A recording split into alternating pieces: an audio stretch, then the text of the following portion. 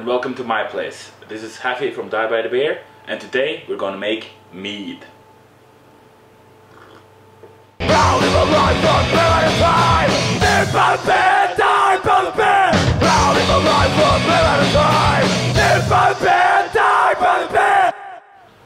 The first thing we're gonna need is yeast. I got 2 yeast today from Y Yeast. This one is sweet mead and this one is dry mead. So we take the yeast package, turn it upside down, and we find the activator inside, move it as far down as we can, and we smack it.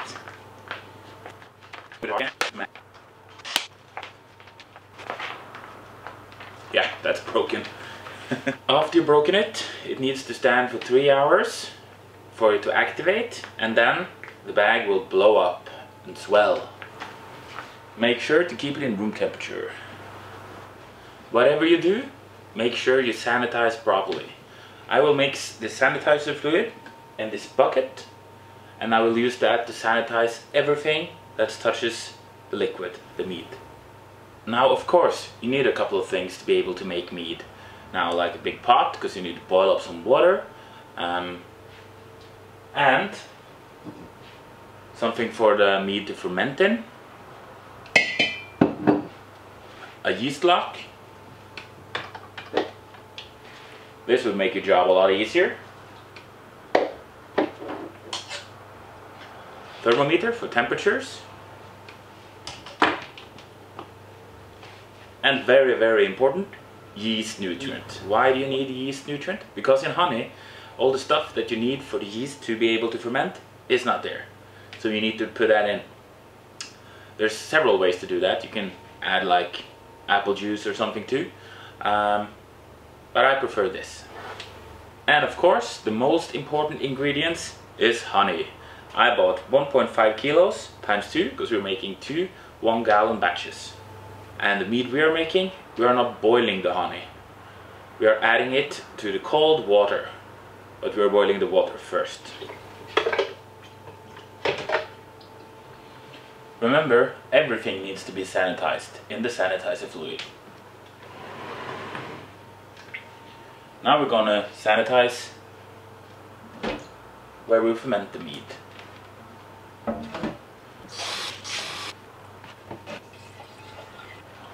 Since I have a lot of time, I'm just gonna fill it up with water and sanitizer and leave it. So this is my entire setup. Everything you need to brew mead. You can buy it all at bryggsell.no except the honey. The honey I bought at the supermarket, just some cheap stuff. Time for a home brew.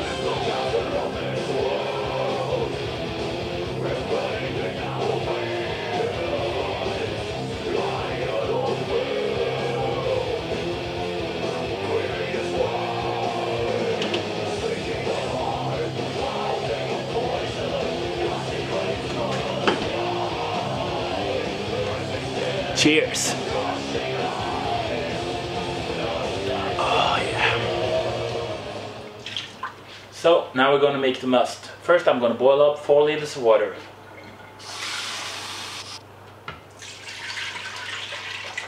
I'll just turn this on. The point I want to do with making these videos is showing how easy it is to make good tasting alcoholic beverages at home. Just like brewing beer, anybody can do it. But what's interesting here is that you can do it in a 32 square meter apartment. Really small, you know, doesn't have to have a house or a big place to brew beer or to make mead or other stuff. You can do it small scale.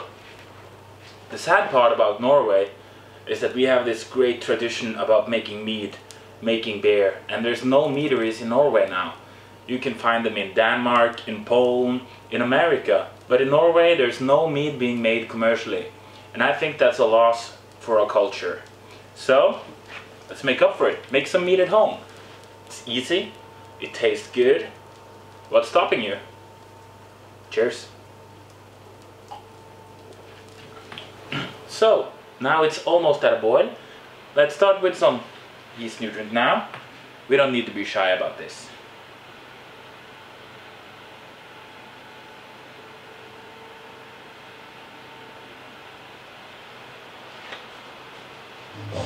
Make sure you listen to some awesome music while you wait.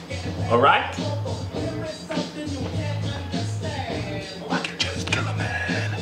So now we got a boil. I will turn down the temperature and make ready for cooling. For sanitary reasons, I'll let it boil for a minute or two. Meanwhile, I'll add some cold water to the sink to get ready to cool down. Let's turn this off and put it for cooling. Now we're going to bring this down to 24 degrees, which is the maximum fermentation temperature for this yeast. Now remember, everything you do, it's important to keep everything sanitized and clean. If you're cooling the way I'm doing, just feel with your hand if your water is getting hotter. At the bottom, it's pretty cold. At the top, it's a lot hotter. Change it often. It's a good idea to stir your water before you measure the temperature, to get the right temperature. Cooling takes a long time, so why don't you read a good book? At this point my water is getting at the right temperature, so I think I'm going to start blending in the honey. Cheap ass flower honey.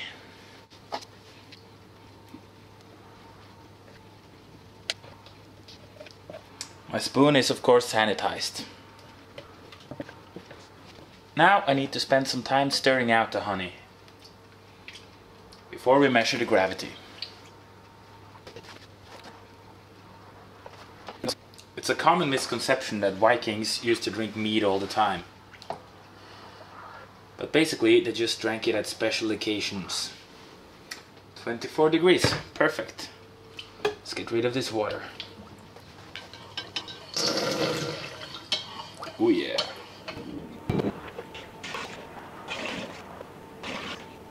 So, let's measure the gravity.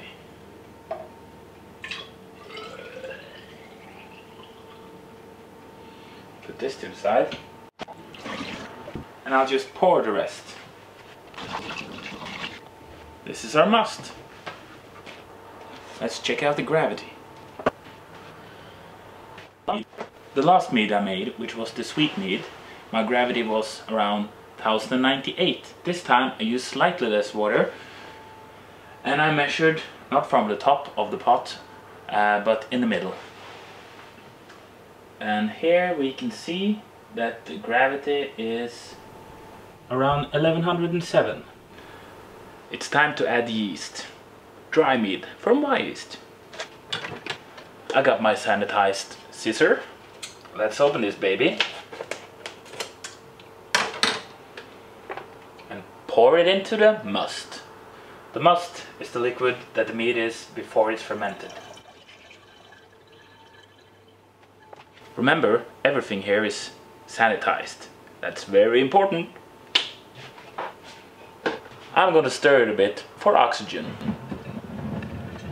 I will also open it after it starts fermenting to give it more oxygen. If it stops fermenting, make sure to stir it.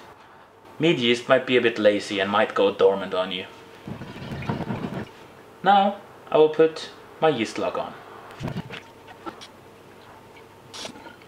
Don't fear the foam from the sanitizer, it's not dangerous. I will use some paper to dry off so it sits good. Be careful not to get paper down into the fermenter.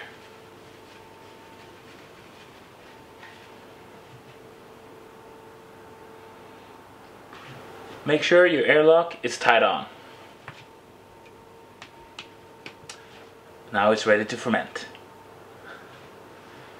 But before we quit, let's taste the must.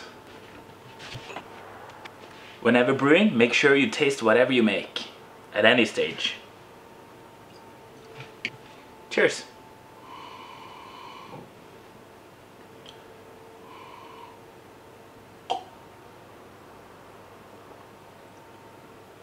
that's sweet, man. A lot of flowers, a lot of honey taste. I think this will be a good mead. It will be exciting to see the final gravity. Cheers! So we're done brewing mead for today. After brewing, make sure you write down your notes. If you're new, make sure you write them while you're brewing.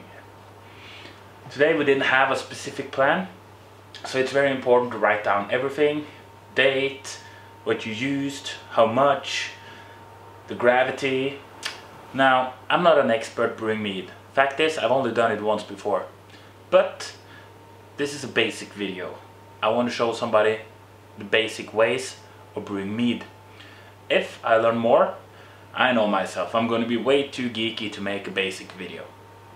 So, disclaimer, everything you learn here, you know, might not be 100%. I might have done mistakes. I might find out later in the comment field, or just by the mead not turning out good. But I have faith. I think that it's going to be good. And yeah, hope you enjoy the blog, and buy stuff at bryggesell.no. They got all the good stuff you need for brewing, beer, mead, yeast, all that kind of stuff. The last mead we made was with hops and malts, kind of like I think it's called a braggot. And there's really no limits to what you can do to mead. I know there's a Polish meadery called Apis something, which are making really great mead. And there's an American one called Bee Nectar, which uses a lot of different ingredients in mead. Everything from raspberries to vanilla, they store it on bourbon oak, they put blueberries in it. Whatever they can put their mind to, they actually do. So, like brewing beer, there's no limits to what you can do to mead. And I hope that can be there to inspire you, because it sure inspired me. And if it wasn't for Bee Nectar, probably wouldn't be brewing mead. The first mead we brewed was a vanilla bean bourbon barrel mead. It will be ready in about a year, just like the meads you've seen today. Alright, cheers and have fun brewing. Brew strong.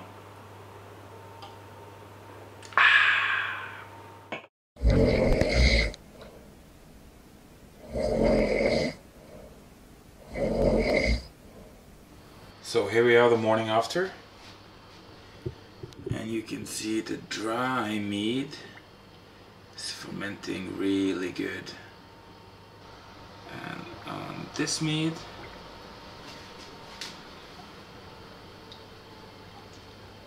it's quite slower, but it is fermenting.